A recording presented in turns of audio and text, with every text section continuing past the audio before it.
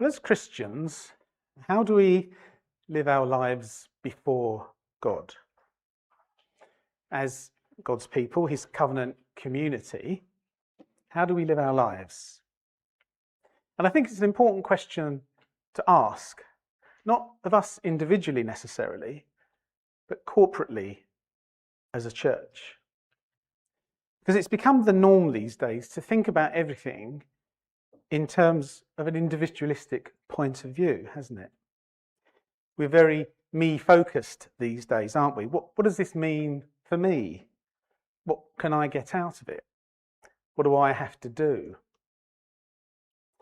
And it's creeping into the church as well. We can often focus so readily on our individual salvation, on our own personal walk with God, that we risk forgetting that while God does call us and save us individually, we're saved and called into a community of believers, a covenant people, the church. And that's why I think it's important that we understand that there is a difference between life as an individual Christian and what life lived as a body of people, a community before the Lord. Because it involves all of us, how we interact and how we relate to one another. And these chapters in Numbers actually help us with that.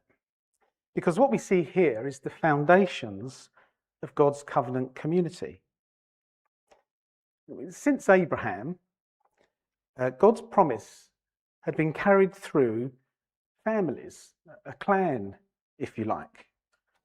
First Abraham, then his son Isaac, then his son Jacob, and then his 12 sons, until they became absorbed into the nation of Egypt.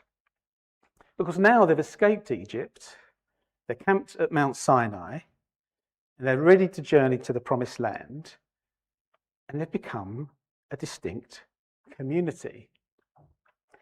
They've now got rules and regulations. That's a lot of what the book of Leviticus is about.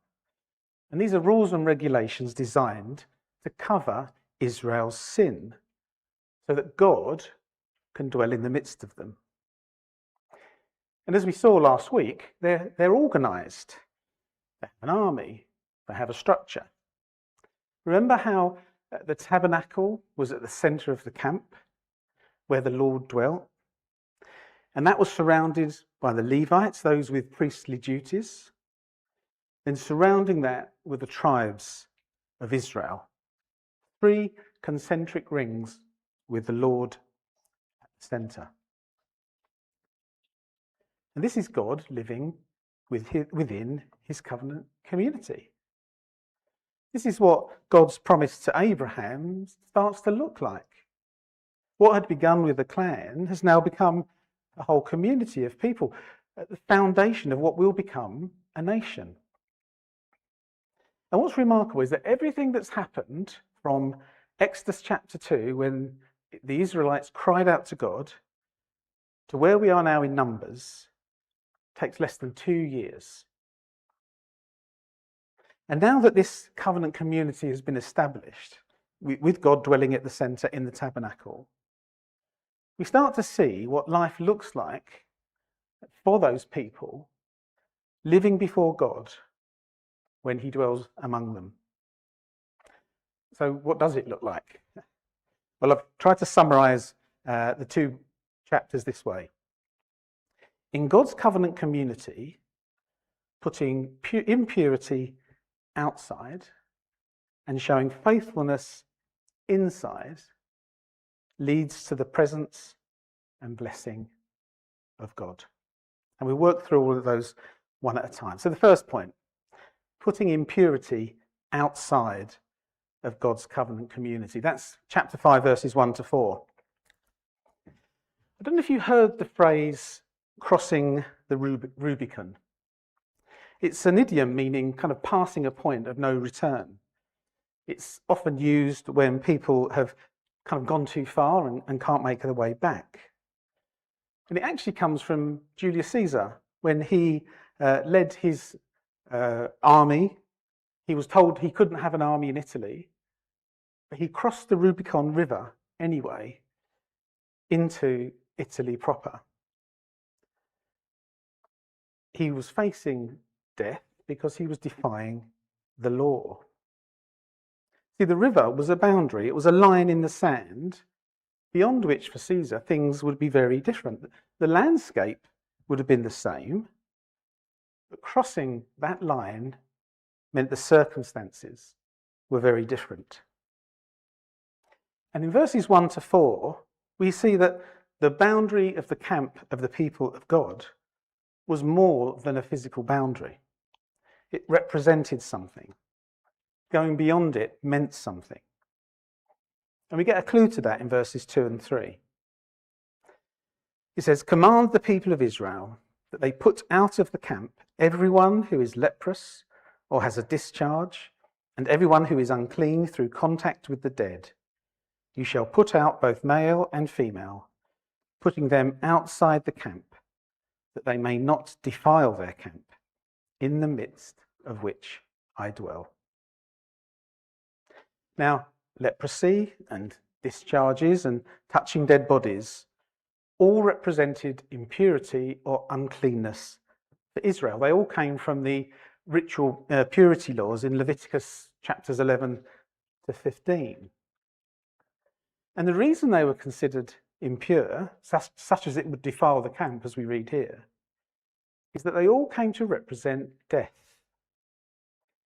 To have leprosy, or to have a discharge, or to have touched a dead body, associated that individual with death.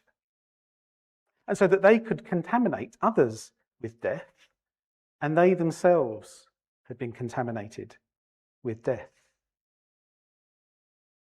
And therefore, because the Lord was the creator and sustainer of life, of all life, anything dying or exhibiting signs of decay or associated with death couldn't be in his presence.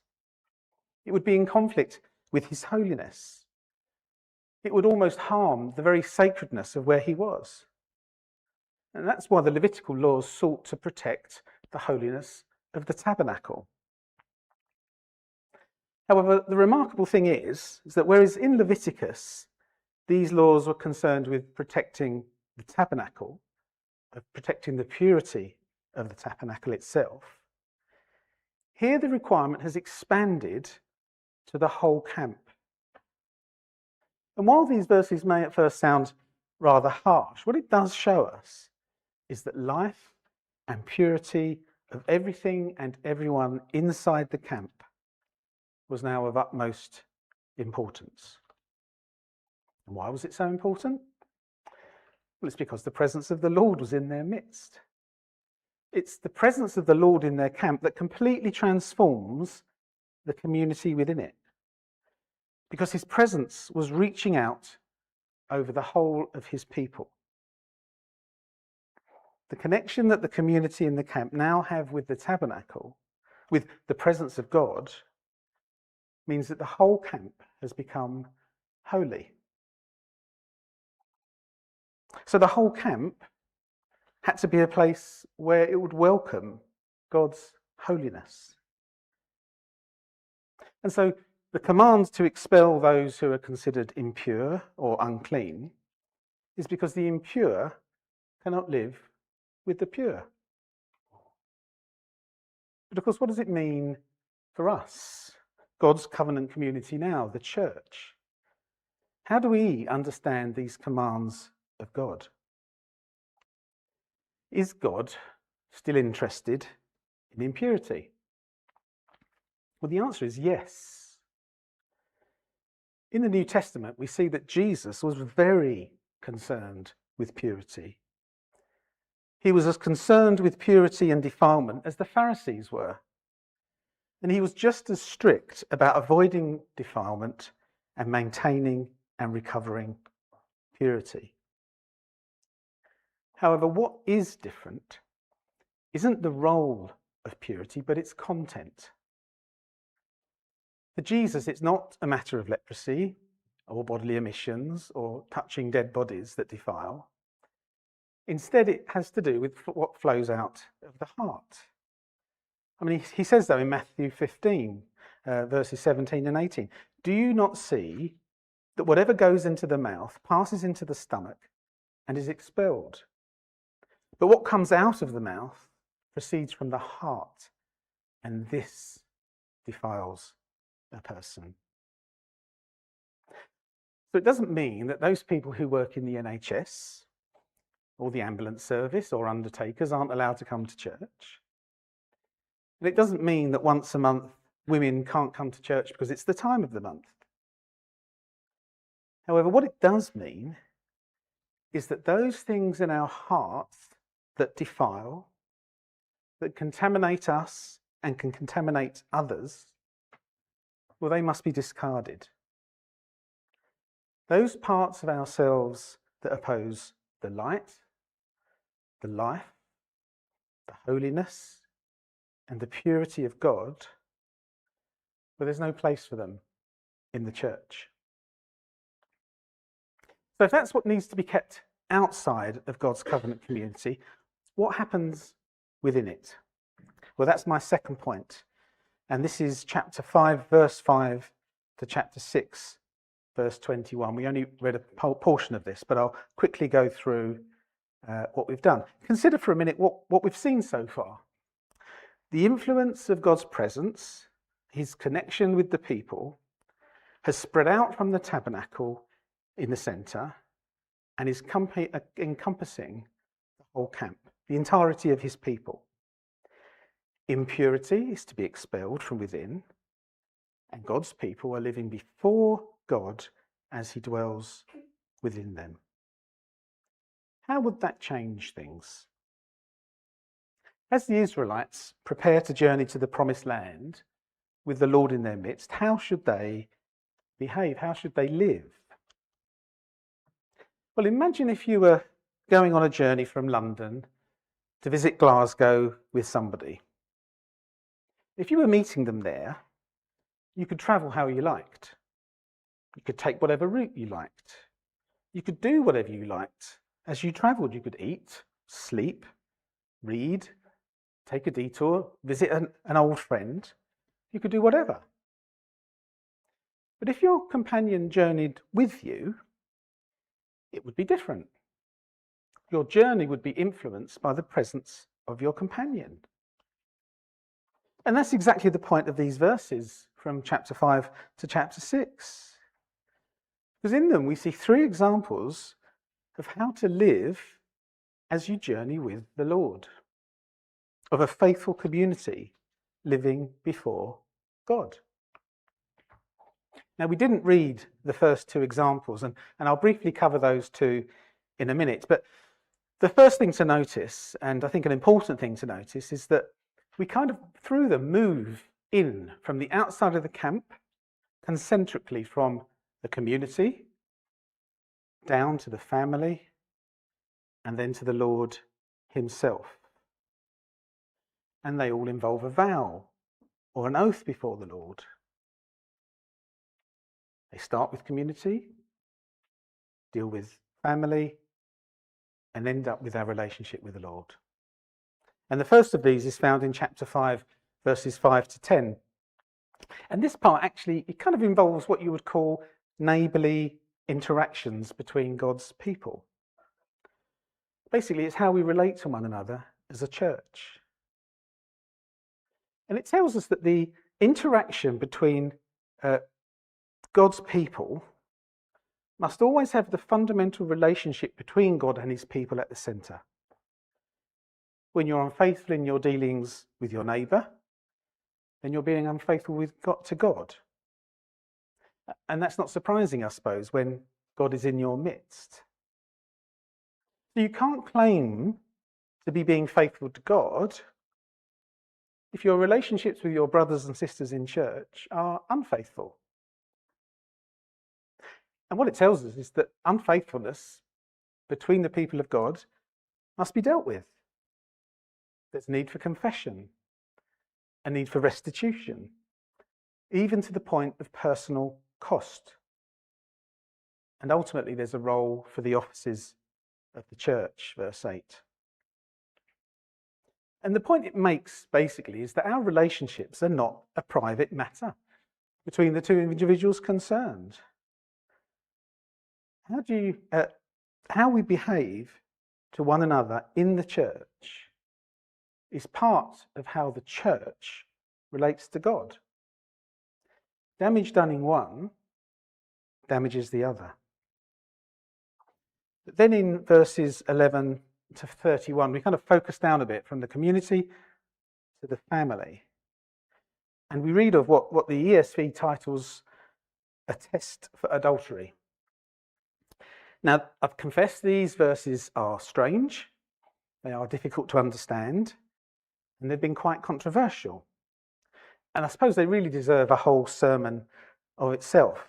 So I won't try to cover everything tonight, other than to point out how they relate to the wider passage that we're looking at this evening. Because these verses speak of the jealousy of a husband over a wife whom he suspects of being unfaithful. And it kind of outlines a kind of trial by ordeal, the sort of ducking stool thing, trial for witches. And basically the priest makes a drink from holy water with a bit of dirt from the floor of the tabernacle, and it's called the cup of bitterness here. And she drinks it. And depending on how she responds, she's judged either innocent or guilty of unfaithfulness. And it's quite complex. However, quite simply put, at its superficial level, this is really simply about the fact that God hates infidelity in a marriage. Marriage is ordained by God, and that which hurts a marriage hurts God. So faithfulness to your spouse is faithful. Faithlessness to your spouse is faithlessness to God. And of course, men can be just as prone to marital infidelity as women. However, I believe that there's a bigger picture that we're intended to see here. And it's one of faithfulness between the Lord and his covenant people. Back in the book of Exodus, God reminded Israel that he was a jealous God. And the idea of Israel's fidelity is used for God's claim for loyalty from Israel. And that's because God sees this covenant relationship with Israel in terms of marital fidelity. God, the jealous husband, seeks fidelity from his wife, his people, his church. We are called to be faithful people of God. And there is a bitter cup of judgment to be drunk for the unfaithfulness, for our unfaithfulness. But as we focus down even more, we get to chapter 6, verses 1 to 21. And these are the verses that we heard read earlier. And we see here that within God's people, there is a call to personal holiness before God. Verses 1 to 3. And the Lord spoke to Moses, saying, "Speak to the people of Israel and say to them, when either a man or a woman makes a special vow, the vow of a Nazirite, to separate himself to the Lord, he shall separate himself." And it goes on to talk about what he or she has to separate themselves from. And actually the word Nazirite simply means to be separated or consecrated, to be set apart. Now, the priests in the camp were Levites, and they were set apart for special service to the Lord. Only those from the tribe of Levi could be priests or take part in priestly duties.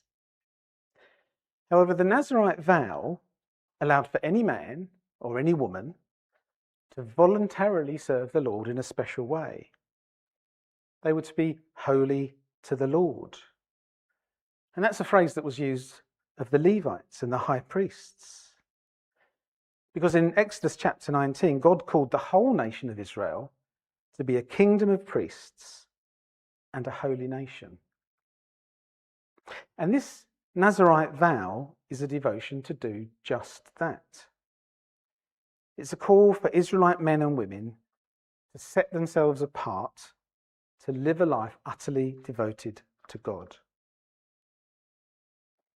Verse 5, until the time is completed for which he separates himself to the Lord, he shall be holy. But what were they to be separated from? Well, verses 3 to 7 tell us. Firstly, he or she must separate themselves from anything to do with grapes. Then the prohibition of cutting their hair. And then the avoidance of exposure to dead bodies, even that of their own families. But you might ask, why such strange things to be separated from? Why the separation from grape products, for example? What's going on with that? Well, quite simply, it's kind of like this. For a vine to go from being planted to bearing fruit, it would have taken 3 years or so. And so growing the grapevine and enjoying its fruit symbolized the occupation and domestication of the land and all the pleasures that come from it. A solitary nomad could no way grow vines. However, a settled community could. And so by abstaining from eating or drinking anything that comes from the vine, the Nazarite is effectively declaring that this world is not their home. It's a symbol of separation from the pleasures and produce of the world around them, and indeed, instead, to seek their pleasure from the Lord. And of course, by doing so, they reorientate their lives to prioritize God above all other things. Okay, that's the strange grape thing. But what about the not cutting hair? Verse 5 says, all the days of his vow of separation, no razor shall touch his head until the time is completed for which he separates himself to the Lord. He shall be holy. He shall let the locks of hair of his head grow long. I remember my father getting quite irate back in the 60s and 70s when men started growing their hair long. He used to call them a bunch of hippies. Now, it's common nowadays, but back then, men who wore long hair stood out. I guess they were making a point. It was a statement about bucking the trend, being different, not being like the rest of the crowd. And this is, at one level, what's happening here. It was an outward display of an inward devotion to encourage God's people to be holy before God. It was an exemplar for fellow Israelites. I suppose it kind of relates to that old joke, doesn't it? If being a Christian was illegal, would there be enough evidence to convict me? And the thing is, it's true, isn't it? When we see people in church who are particularly godly, isn't it both a challenge and an encouragement to devote ourselves more fully to God? 1 Peter 1:15 says, we have been made holy, so be holy. John Calvin writes, God's peculiar glory shone brightly on the Nazarites, who shone among the people of God like precious jewels. They were as standard bearers and leaders to awaken zeal amongst the multitude for the service of God. We are called to shine like bright, precious jewels. But it goes deeper than that, because the head was the representation of the whole person. In the Old Testament, it was where the blessing was given. It was where the anointing oil was poured. And the hair that grew during this period of separation represents the giving of the Nazarites' whole selves to be holy. Therefore, the hair itself gained a real significance. Because while the Nazarite separation was only temporary, really what it did was serve to prepare for the ultimate act, which we didn't read, and that was the sacrifice of the shaved hair on the altar as a burnt offering. Verse 18, and the Nazarite shall take the hair from his consecrated head and put it on the fire that is under the sacrifice of the peace offering. See, when the Nazarite offered up his or her hair to be sacrificed, it was as if they were offering themselves up. And not only the period of separation to the Lord, but their whole selves going forward. It was a sign that they were giving themselves to God from this point forward. This wasn't the end for the Nazarite, it was the beginning. There was no return to normal. No, well, that's done. Now I can go back to being like everybody else. Being set apart for God is a lifelong thing. It's a change, and it's a devotion to God in response to his goodness and mercy. And I think this repeated phrase of man and woman makes an important point here, because I think actually it represents a link, believe it or not, between the test of adultery we spoke about earlier and the Nazarite vow. And it's a contrast between a Nazarite woman and an adulterous woman, because we see that God's people face two paths. Will we be like the adulterous woman, unclean, unfaithful, who forsook her husband for worldly pleasure, a path leading to death? Or will we be like the Nazarite woman, clean, pure, who forsakes worldly pleasure to be faithful to God, a path leading to life? Now, of course, we're not called to give up chocolate raisins or to stop going to the barbers. We're not called to shun the world and the wonderful gifts that God has provided. However, as Christian people, as we journey through this life on our own exodus, strangers in a strange land, looking forward to that Sabbath rest in the new creation, we are called to sacrifice ourselves to God. And I think this passage poses a question to us, doesn't it? Do we reflect the image of the Nazarite? God treasuring a kingdom-minded disciple of Jesus? Are we concerned more for the things that concern God than the things of this world? But to my last point, because purity leads to the presence and blessing of God on his covenant community. Now, I'm not going to say much about these verses because Darren is going to concentrate on them next week. However, what we do see here in these verses is God's sovereign decision to be gracious to his people. And as we saw in our last point, as the requirements for purity move inwards from the congregation to the family to the giving of oneself to God with the Nazarite vow, so in response, God's blessing comes out of the tabernacle at the centre, out to the whole camp, like a wave of blessing flowing out from the Lord on his people. When God said to Moses in Exodus 33, I will be gracious on whom I will be gracious, and will show mercy on whom I will show mercy, that's what he's doing here. As God's covenant people head out into the wilderness, the Lord says that not only will he present them, not only will he be present with them as they journey, he's also promised to both bless them and keep them as they journey to the promised land. Bless his people by providing for them, and keep his people by protecting them.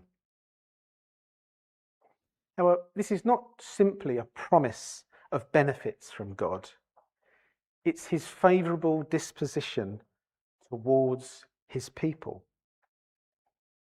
Calvin remarked, this is an efficacious testimony of God's grace. And it's God's grace to us too.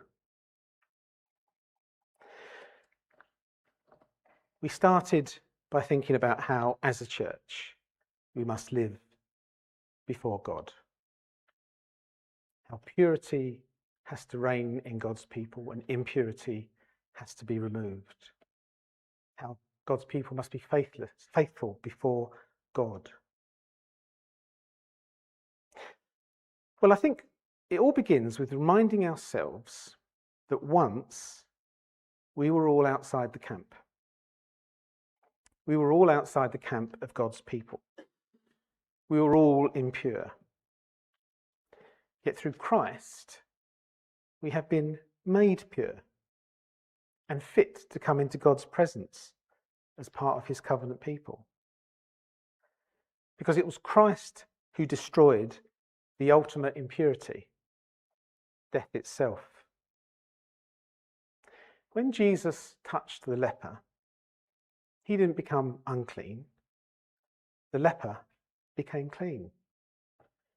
When he touched the woman with the discharge or the dead little girl, he didn't become unclean. They became clean. And while our true impurity comes from our sinful hearts, through Christ, we become clean too. And that's because it was Christ who drank the bitter cup of judgment for us, the righteous for the unrighteous, so that we may be counted as his. Therefore, what Christ has done for us should dictate how we behave towards one another. As we have seen, it is our relationship with the Lord which has to be at the heart of our relationships with one another. And our faithfulness towards one another should be as important to us as our faithfulness to God. We must be pure before others as we are pure before God. And as we seek to live lives wholly given up to the Lord, holy lives, we must separate ourselves from that which would defy not only ourselves, but each other, and live lives which encourage one another, shining like precious jewels, as Calvin said. You are holy, therefore be holy, pure and faithful before God, pure and faithful before each other. Let's pray.